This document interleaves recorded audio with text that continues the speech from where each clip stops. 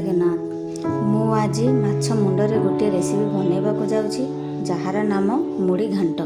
आसंतु देखिबा बनैबा प्रणाली।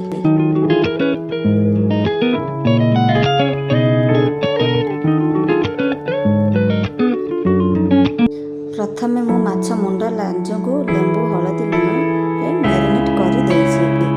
याको 5 मिनिट छाड़ी दे। चलंतु गोटे पैन नेबा, ताकू गरम करवा। गरम होला परे आमे ऑयल टी पकाइबा। ऑयल टी आमती हीट हो सारी आमे माछटी को पकाइबा फ्राई होगा पाई। लांज को मध्य पकाई नेबा, ताकू गोटे साइड रु अन्य साइड पटे उल्टाई देबा। देखंतु माछटी हमर फ्राई हो सारी आमे काढ़ी नेबा माछटी को। देखंतु हम माछटी फ्राई हो जाइछि। एबे चलंतु डाली बसाइबा। मुनेछि मुग डाली हाफ कप, चना डाली गोटे कप, गोटे बड़ साइज रा आलूटी आमे गोटे कुकर नेबा। सेतिरे मुग डाली को अल्प समय पय फ्राई करिबा।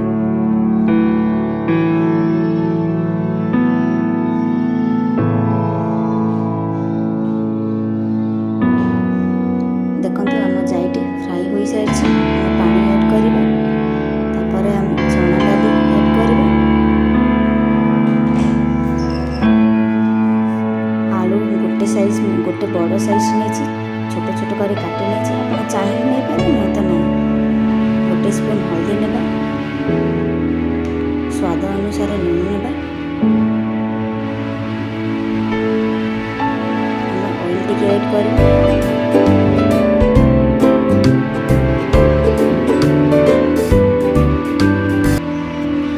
सीटी पर्यंत कुक करिबा। माछ मुंड दुईटी लांज गोटे, गोटे टमाटर, गोटे प्याज, जिंजर गार्लिक पेस्ट। मु गोटे सुखिला लंका नहीं, अल्प जीरा, हलदी पाउडर, जीरा पाउडर, लाल मिर्च पाउडर, धनिया पाउडर नहीं। मु गोटे कड़े नहीं, कड़ेटी गरम हो सारी आमे मस्टर्ड ऑयल पकाइबा। आपण चाहिए जेकोसी ऑयल पकई पारे, किंतु मस्टर्ड ऑयल पकेले तार टेस्ट टी बहुत भल लगे। जीरा अल्प ऐड करिबा, शुक्ला लंका ऐड करिबा। देखंतु अल्प समय को फ्राई करिबा। हमें प्याज टी को मध्य ऐड कर देबा। आ 2 रु 3 मिनिट पर्यंत फ्राई करिबा। आमे जिंजर गार्लिक पेस्ट नेबा। जिंजर गार्लिक पेस्ट को अल्प समय फ्राई करबा, जहाँकि तार कच्चा स्मेल टी पलैबो। तापर आमे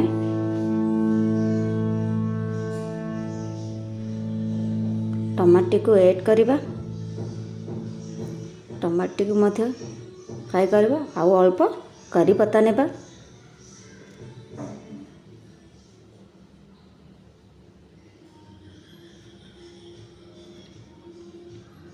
तापर आमे अल्प लुण ऐड करिया, जहाद्वारा टमाटी पूरा सॉफ्ट हो जिवो।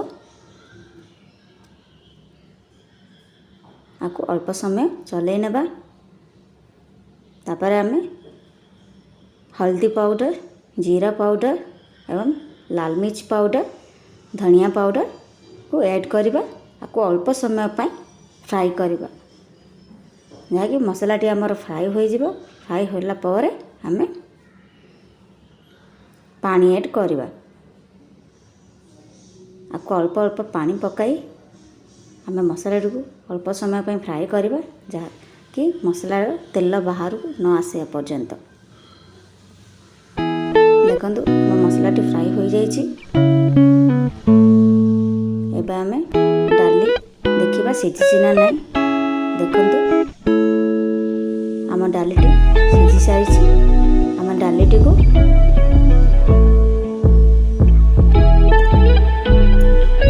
मसला सहित ऐड कर नेबा।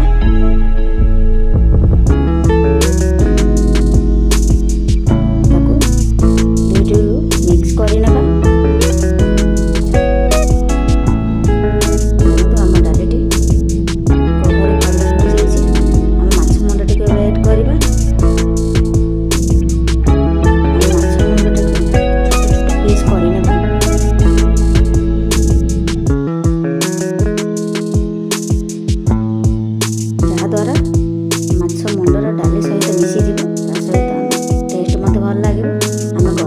ଆଡ଼୍ କରିବା। ଗ୍ୟାସ୍ଟିକୁ ବନ୍ଦ କରିନେବା। ତାପରେ ଆମେ ଧନିଆ ପତ୍ରରେ ଗାର୍ନିଶ୍ କରିବା। ଦେଖନ୍ତୁ ଆମ ମାଛ ଡାଲି ହୋଇସାରିଛି। ସାଙ୍ଗମାନେ ଆପଣଙ୍କୁ ଏହି ଭିଡ଼ିଓଟି କେମିତି ଲାଗିଲା ମୋତେ କମେଣ୍ଟ ଦ୍ୱାରା ଜଣାଇବେ ଏବଂ ମୋ ଚ୍ୟାନେଲକୁ ସବସ୍କ୍ରାଇବ୍ କରିବେ, ଲାଇକ୍ କରିବେ, କମେଣ୍ଟ କରିବେ ଏବଂ ସେୟାର କରିବେ। ଜୟ ଜଗନ୍ନାଥ।